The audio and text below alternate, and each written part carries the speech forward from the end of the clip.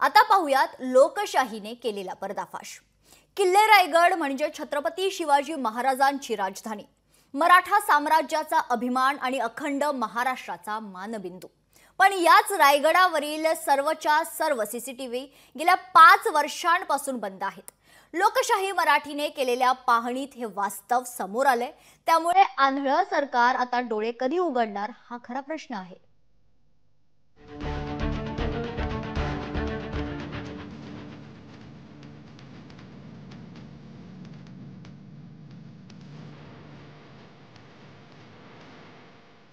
सरकार आंधळ, लोकशाहीची नजर, रायगडावरचे सगळे सीसीटीव्ही बंद, झोपलेलं प्रशासन जाग कधी होणार?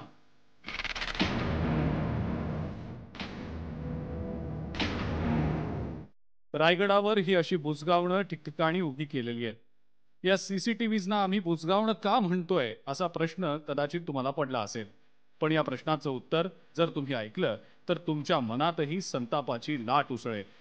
तर ऐका, रायगडावरील सुमारे 15 म्हणजे सर्वच्या सर्व सीसीटीव्ही बंद आहेत।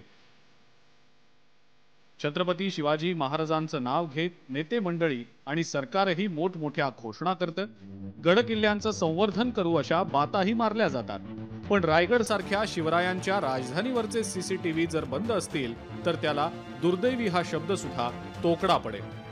काही प्राचीन अवशेष आहेत, काही देवदेवतांची शिल्प आहेत, त्या प्रत्येक ठिकाणी आपल्याला सीसीटीव्ही कॅमेऱ्याची अतिशय आवश्यकता अशी तमाम शिवभक्तांची मागणी आहे। आणि हीच मागणी रायगड सारख्या ठिकाणी म्हणजे ज्याला जागतिक वारसा स्थळ म्हणून आपण ज्या ठिकाणी बघतोय, अशा जागतिक वारसा स्थळावरती आपल्याला असणं ही नक्कीच काळाची गरज आहे। आणि त्या दृष्टीने सरकारने किंवा पुरातत्व खात्याने सीसीटीव्ही कॅमेरे बसवावेत। राज्यातले अनेक नेते रायगडावर जातात, रायगडाला फुलांनी वगैरे सजवलं जातं, भल्या मोठ्या भाषणांचे दिवेही तिथं लावले जातात। पण सीसीटीव्ही बंद असल्यानं या दिव्याखालचा अंधार मात्र धडधडीतपणे समोर येतोय।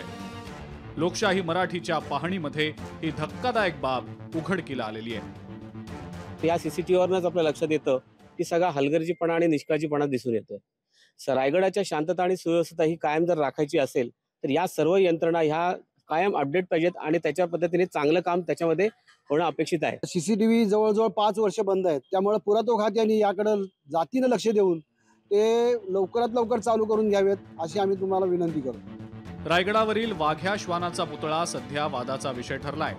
हाच पुतळा 2011 साली काही सामाजिक संघटनांनी हटवला होता आणि तेव्हा सुद्धा मोठा वाद निर्माण झाला होता।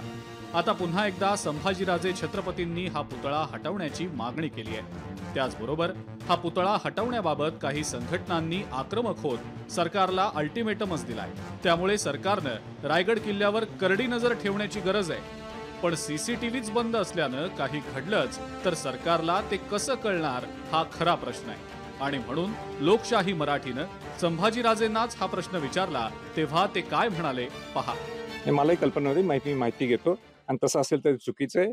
मी पुरातत्व खात्यांना सुद्धा सूचना देईल की जर तसं बंद असतील तर ते दुरुस्त व्हायला पाहिजे। आणि तुम्ही सूचना मला केल्याबद्दल, तुम्ही माझ्या पुढे हा विषय आणल्याबद्दल मी तुमचे मनापासून आभार व्यक्त करतो। कुठेतरी चुका होतात असतात, पण आम्हाला जर तुम्ही चुका इथं व्हायला दुरुस्त करायला सांगितलं तर ते बरोबर असतील तर आम्ही दुरुस्त करू। आम्ही एकदम सकारात्मक दृष्टिकोनातून आमची वाटचाल चालू आहे। किल्ले रायगडावरती भारतीय पुरातत्व विभागाकडून बसवण्यात आलेले सीसीटीव्ही कॅमेरे मागील 5 वर्षांपासून बंद आहेत। लोकशाहीने याबाबत पुरातत्व विभागाच्या अधिकाऱ्यांशी संपर्क साधला, मात्र या विषयावरती बोलण्यास अधिकाऱ्यांनी नकार दिला। रायगडावरील सीसीटीव्ही गेल्या 5 वर्षांपासून बंद आहेत आणि ही गोष्ट सर्वात आधी लोकशाही मराठी सरकार समोर पुराव्यांसहित समोर आणतंय। आता बघू झोपलेल्या प्रशासनाचे डोळे कधी उघडतायत आणि आंधळ सरकार रायगडावरील सीसीटीव्हीचे डोळे कधी उघडतायत ते।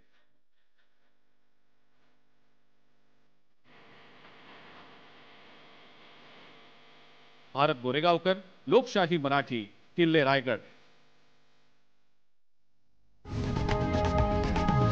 लोकशाही मराठी ऐका, पहा, जागरूक रहा।